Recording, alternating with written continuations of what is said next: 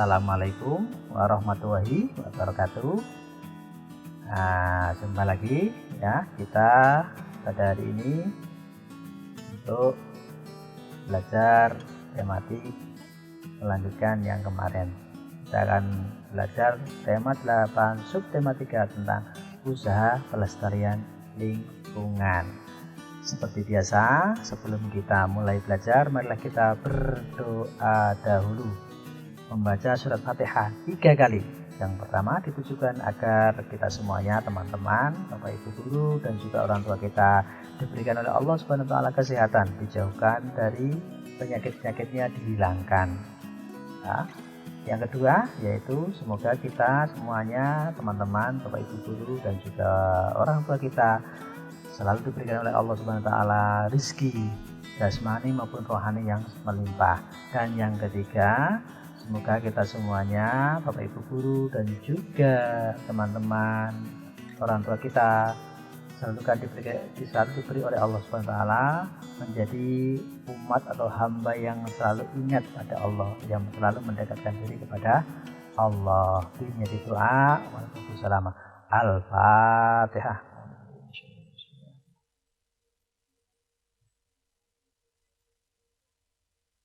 Al-Fatihah.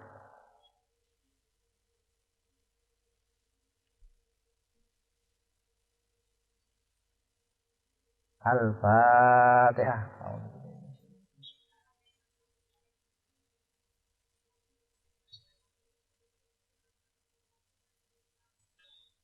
Oke ya anak-anak sekalian,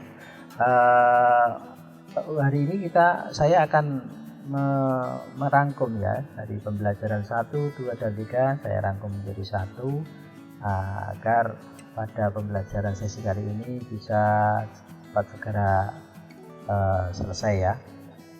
Kita sebelum kita belajar coba simak video berikut. Usaha pelestarian lingkungan. Lingkungan hidup semakin terancam oleh manusia yang bertambah banyak. Oleh sebab itu, dibutuhkan upaya pelestarian lingkungan hidup. Pelestarian lingkungan hidup adalah serangkaian upaya untuk melindungi kemampuan lingkungan hidup terhadap tekanan perubahan dan dampak negatif yang ditimbulkan oleh berbagai fenomena agar tetap mampu mendukung kehidupan makhluk hidup. Upaya pelestarian dilakukan agar sumber daya pada lingkungan hidup dapat bertahan selama mungkin dan dapat dinikmati oleh generasi yang akan datang atau berkelanjutan.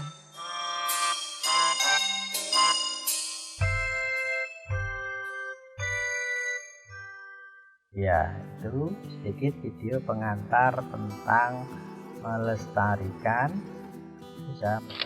lingkungan. Nah, ini salah satu gambarnya. Kira-kira itu gambar sedang apa ya? Kegiatan apa yang dilakukan dalam gambar tersebut? Ya, apa kira-kira? Iya, betul. Itu kegiatan menanam pohon. Di mana kegiatan itu bisa dilakukan? Di mana ya kira-kira? Ya, salah satunya bisa di halaman depan rumah, halaman sekolah, kemudian bisa di tepi jalan raya, ya, dan lain-lain. Apa tujuan dari kegiatan tersebut? Ya, tentunya salah satu usaha pelestarian lingkungan. Karena pohon itu fungsinya sangat banyak sekali, ya, untuk kerindangan, keindahan, dan juga untuk akarnya agar dapat menyerap air dalam tanah sehingga air tanah itu selalu terjaga. Kemudian juga untuk kesejukan, karena apa? Pada siang hari tumbuhan itu adalah mengeluarkan oksigen sehingga udara terjaga. Apa manfaat dari kegiatan tersebut? Tujuannya jelas ya, itu pasti bermanfaat dengan baik. Tujuannya yaitu tadi bisa mengurangi efek rumah kaca, bisa menyerap air, dan manfaatnya juga kita rasakan ya. Itu. Selanjutnya yaitu ada gambar Kira-kira gambar apa ini ya? Iya, ini adalah gambar air kotor ya. Yang harusnya adalah air bersih. Kira-kira pilih yang mana ya? Kotor atau bersih? Tentunya semuanya akan pilih air bersih ya. Karena bersih itu sehat, bersih itu bagus. Karena salah satu agama kita mengajarkan an-nadhafatu minal iman. Jadi kebersihan itu sebagian dari iman. Oke, lanjut. Menurut WHO, World Health Organization atau Organisasi Kesehatan Dunia, air bersih itu harus memiliki 3 syarat. Syarat yang pertama syarat fisik, yang kedua syarat kimia, dan yang ketiga syarat biologi. Nah, nanti kita bahas apa saja syarat-syarat itu. Tetapi biasanya orang awam atau orang pada umumnya, petani yaitu atau orang-orang desa itu hanya menggunakan satu, yaitu syarat fisik saja. Tapi itu sudah cukup. Ya, kita lanjutkan. Yang pertama syarat fisik, kekeruhan. Nah, kekeruhan air dapat disebabkan karena adanya bahan-bahan dalam air seperti lumpur dan bahan buangan lain yang akan mengakibatkan air berwarna keruh. Kekeruhan ini berakibat pada warna air yang akan menjadi lebih tua dari semestinya. Ya, kekeruhan hanya keruh, berwarna. Nah, kemudian bau air.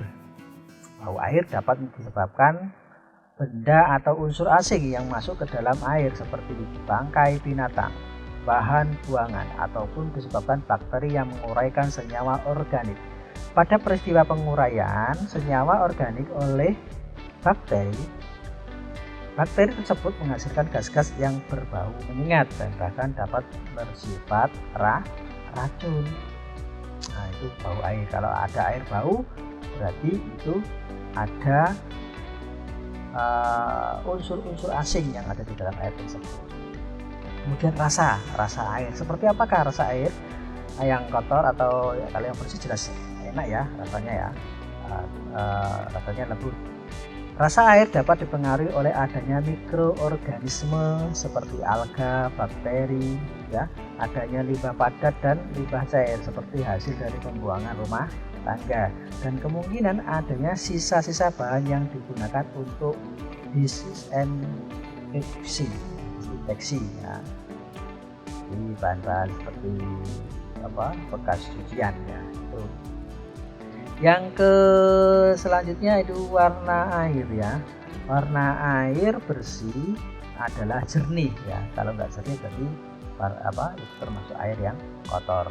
Namun warna air dapat berubah yang diakibatkan adanya zat terlarut ya. Biasanya lumpur ini yang mengubah warna air.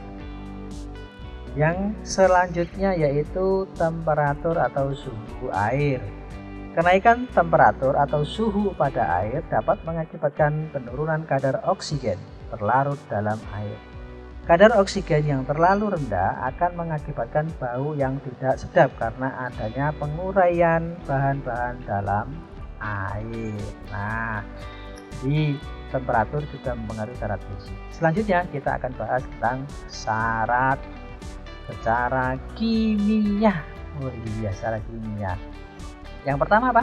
pH. Nah, di kimia itu dikenal dengan pH atau keasaman suatu larutan. Itu pH itu menunjukkan derajat keasaman suatu larutan. Nah, air yang baik adalah air yang bersifat netral atau pH-nya sama dengan 7 ya, sama dengan 7. Air dengan pH yang kurang dari 7 itu dikatakan air bersifat asam. Sifatnya asam.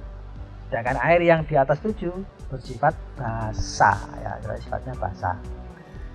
Batas pH air layak minum berkisar antara 6,5 sampai 8,5. Tinggi rendahnya pH air dapat mempengaruhi rasa air.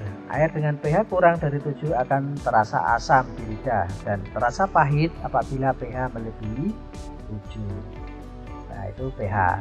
Yang kedua adalah kesadahan ya. Kesadahan air adalah kandungan mineral-mineral tertentu di dalam air. Jadi kesadaran itu kandungan mineral tertentu dalam air. Umumnya kalsium dan magnesium. Air sada atau air keras adalah air yang memiliki kadar mineral yang tinggi, sedangkan air lunak adalah air dengan kadar mineral yang rendah. Sebenarnya tidak ada pengaruh ya derajat kesadaran bagi kesehatan tubuh, namun kesadaran air ini dapat menyebabkan sabun atau deterjen itu tidak bisa larut, tidak bisa menyatu ya, sehingga tidak berbusa.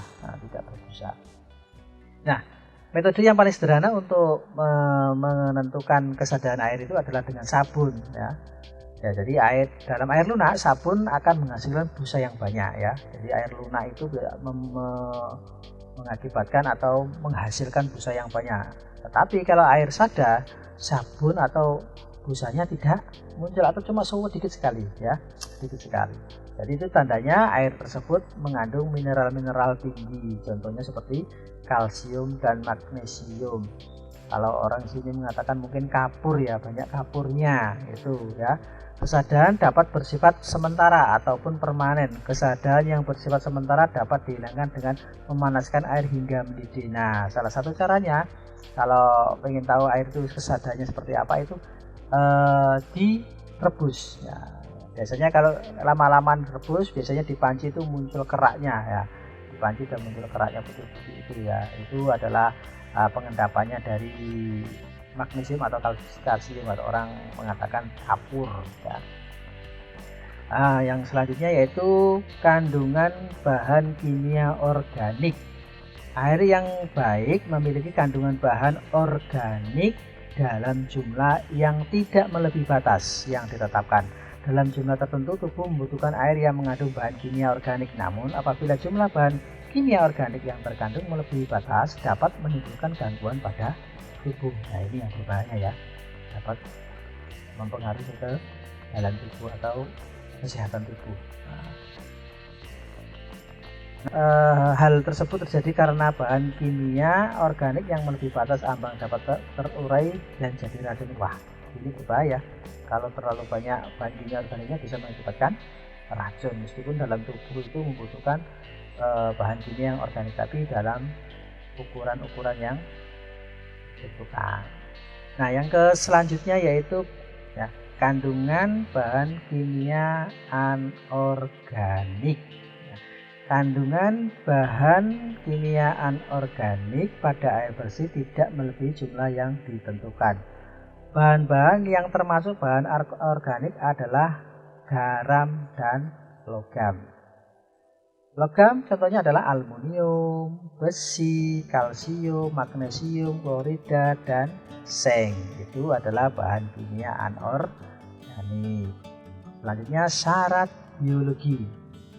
Syarat biologi yang pertama adalah tidak mengandung organisme patogen. Apa itu organisme patogen? Organisme patogen adalah makhluk hidup yang menyebabkan penyakit. Organisme patogen berbahaya bagi kesehatan manusia. Contoh mikroorganisme patogen yang terdapat pada air adalah bakteri Salmonella typhi ya, yang mengakibatkan penyakit tipes itu. Dan juga Shigella dysenteria atau penyebab penyakit disentri. Itu bakteri-bakteri yang ada di dalam air. Kemudian tidak mengandung mikroorganisme non patogen. Lalu lagi patogen, sekarang non patogen. Ya, non patogen ini tidak berbahaya bagi kesehatan tubuh, namun dapat menimbulkan bau dan rasa yang tidak enak atau menimbulkan lendir pada kerak pada pipa. Jadi di pipa itu bisa ada lendirnya atau keraknya. Nah, itu biasanya adalah disebabkan oleh mikroorganisme non patogen. Nah, non patogen itu apa saja contohnya? Ya, contohnya seperti ganggang, alga, bakteri besi, cacing. Ya, itu biasanya mikroorganisme yang non patogen. Ini contoh gambar yang organisme patogen ini. Ya, sebenarnya seperti ini kayak virus corona ini. Nah, kita lanjutkan pembelajaran kita yaitu kita akan membaca. Ayo membaca. Ya, silakan dibaca. Hari Air Sedunia. Nah, Hari Air Sedunia World Water Day diperingati setiap tanggal 22 Maret dengan adanya peringatan Hari Air Sedunia. Kita diingatkan bahwa persediaan air bersih semakin berkurang padahal jumlah penduduk semakin bertambah. Persediaan air bersih semakin berkurang karena cadangan air tanah berkurang. Cadangan air tanah berkurang karena air hujan tidak masuk ke dalam tanah. Sebaliknya, air hujan langsung mengalir ke parit, selokan, lalu ke sungai dan terus ke laut. Air hujan tidak dapat masuk ke dalam tanah karena tidak ada akar-akar pohon yang dapat menahan air di dalam tanah. Banyak pohon di hutan ditebangi, lahan-lahan hijau berubah menjadi perumahan, perkotaan, dan kawasan industri. Berkurangnya cadangan air tanah mengakibatkan banyak air kering. Sumur-sumur gali pun cepat kering pada musim kemarau. Akibatnya penduduk di daerah pedesaan kesulitan mendapatkan air bersih untuk keperluan sehari-hari. Hasil panen pun jauh berkurang karena tanaman pangan kekeringan.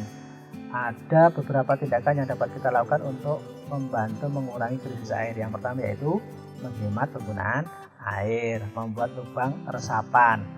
Lubang resapan berguna untuk menampung air hujan supaya terserap di dalam tanah.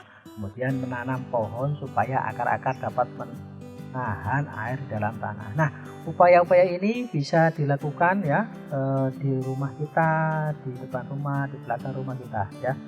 Dan tentunya apabila dilakukan secara bersama-sama ini akan lebih bagus. Misalkan seluruh satu desa melakukan ini semuanya, wah ini pasti bagus.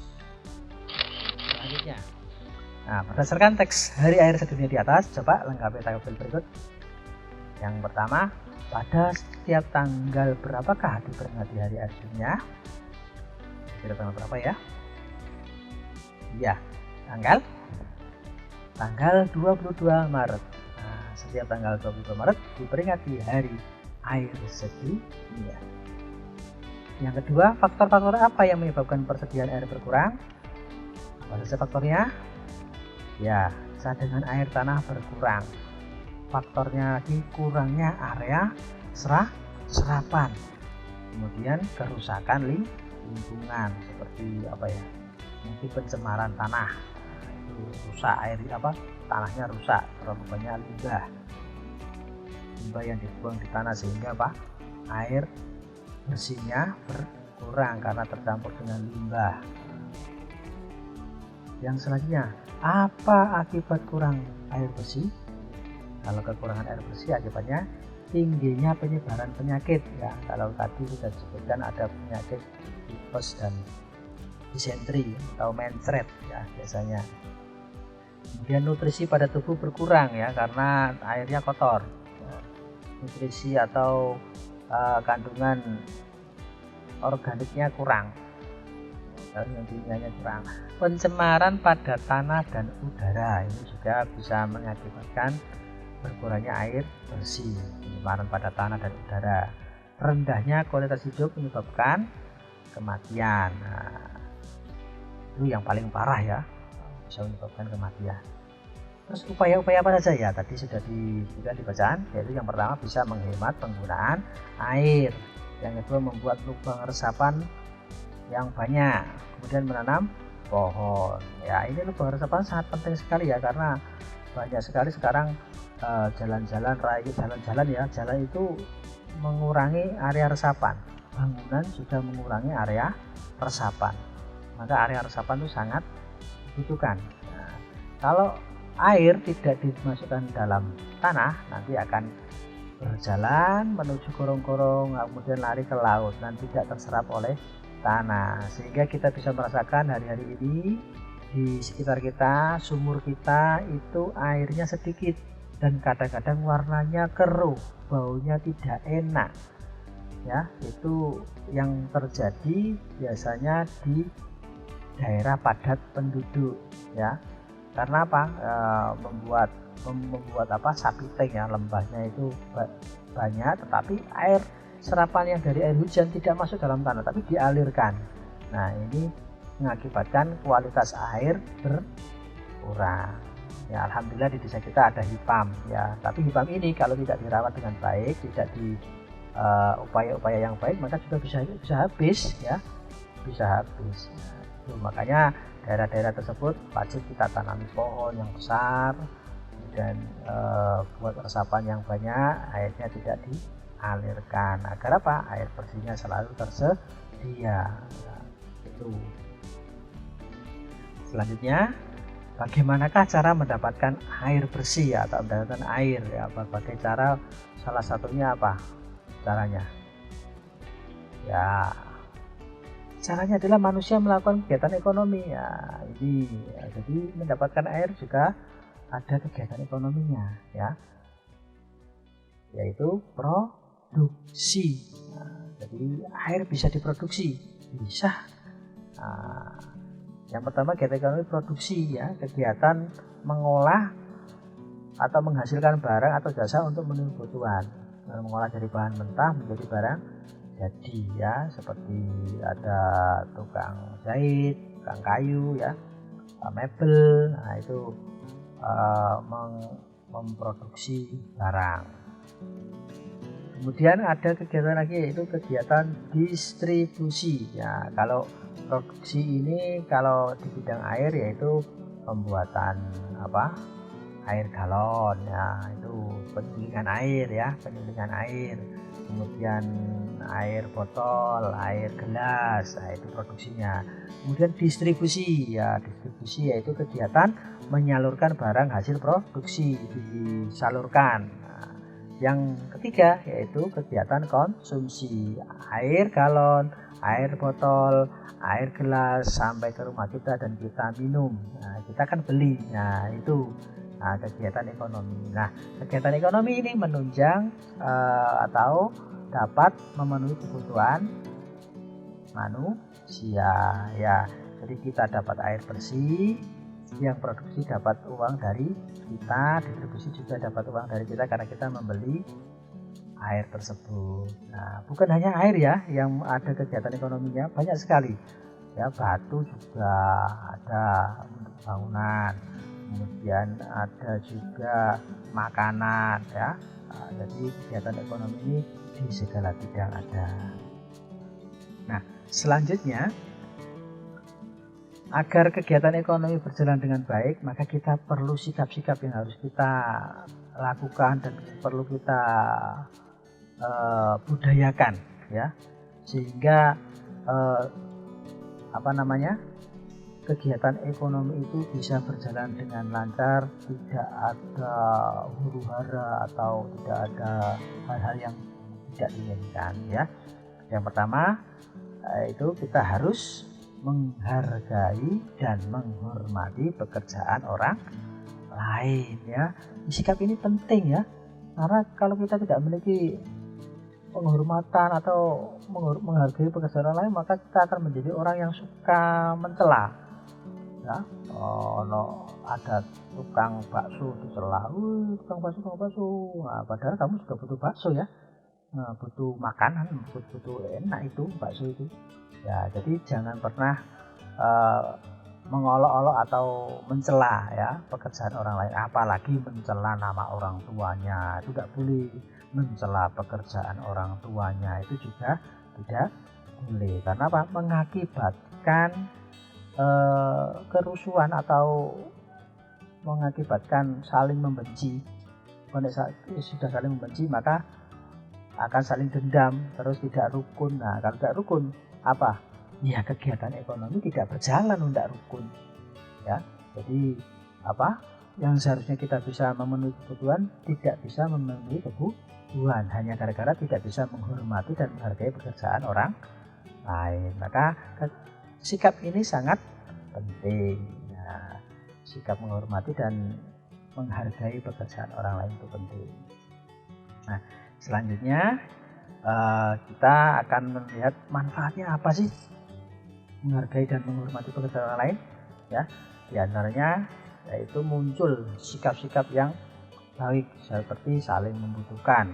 Nah, ini kita saling membutuhkan ya. Tidak mungkin kita misalkan kita tadi butuh air, kita mau gali sendiri, mau ambil air sendiri, kemudian kita kemasi sendiri, kita minum sendiri, itu sangat merepotkan, makanya saling membutuhkan ya.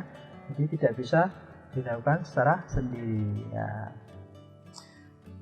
Misalnya menyediakan bahan makanan sendiri, tidak mungkin ya. Bahan makanan kita sendiri, kita ingin ikan, wah kita ngambil sendiri di laut, kita goreng sendiri, kita makan sendiri. Ya kalau orang itu pekerjaannya di laut bisa, tapi kalau kita yang tidak di laut tidak mungkin. Maka kita butuh orang yang bekerja di laut. Nah maka dari itu kita harus menghargai pekerjaan orang lain yang ada di laut ya. Yang kedua ada saling menguntungkan. Nah kita saling menguntungkan ya, kita butuh ikan dan nelayan dapat uang dari kita. Pedagang juga begitu ya, dia sebagai distribusi juga menguntungkan ya.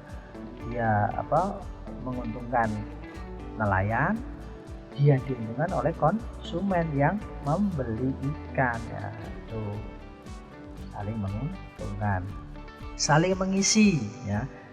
Ya ini tidak ada orang itu yang sama persis, itu tidak mungkin ya. Anak kembar pun memiliki perbedaan, maka kita dari perbedaan itu, baik itu kepribadian, sifatnya, kemampuan, gaya, kebiasaan hidup, kebutuhan pasti berbeda. Namun perbedaan ini yang membuat hidup menjadi lebih kaya, bervariasi dan menyenangkan karena kita saling mengisi, saling melengkapi. Dan yang selanjutnya itu saling menguatkan ya. Selain perbedaan, persamaan pun bisa menguntungkan. Orang-orang yang memiliki persamaan bisa saling bekerja sama, ringan sama dijinjing, berat sama dipikul. Itulah kata pepatah. Pepatah ini muncul dari kesadaran bahwa dengan bekerja sama segala sesuatu akan terasa lebih mudah, masalah juga cepat selesai. Ini ada salah satu contoh ya. Contoh salah satu manfaat dari menghargai dan menghormati pekerjaan orang lain. Ya, contohnya pertama, pedagang di pasar. Apabila ada pembeli yang membutuhkan suatu barang yang tidak ada, maka dia akan mencarikan ke penjual lain. Begitu pula sebaliknya. Nah ini saling mengisi, saling menguntungkan. Nah, ini juga apabila ada pembeli dan pada saat itu penjual sedang tidak di tempat, maka penjual di sampingnya akan menggantikan untuk menjual barang dagangannya. Nah ini juga saling mengisi, saling menguatkan dan saling menguntungkan, dan juga saling menguntungkan. Ya itu salah satu contoh. Nah selanjutnya kita akan membahas tentang peta pikiran. Ya, peta pikiran. Apa itu peta pikiran? Ya, pengertiannya adalah teknik mencatat dengan mengorganisasikan dan menyajikan konsep, ide atau informasi dalam bentuk diagram. Nah seperti ini yang saya buat ini dalam bentuk diagram. Yang kedua adalah manfaatnya. Manfaatnya apa? Efisien, ringkas dalam mencatat materi, mudah dipahami dan dimengerti, mempercepat pencatatan karena menggunakan kata kunci.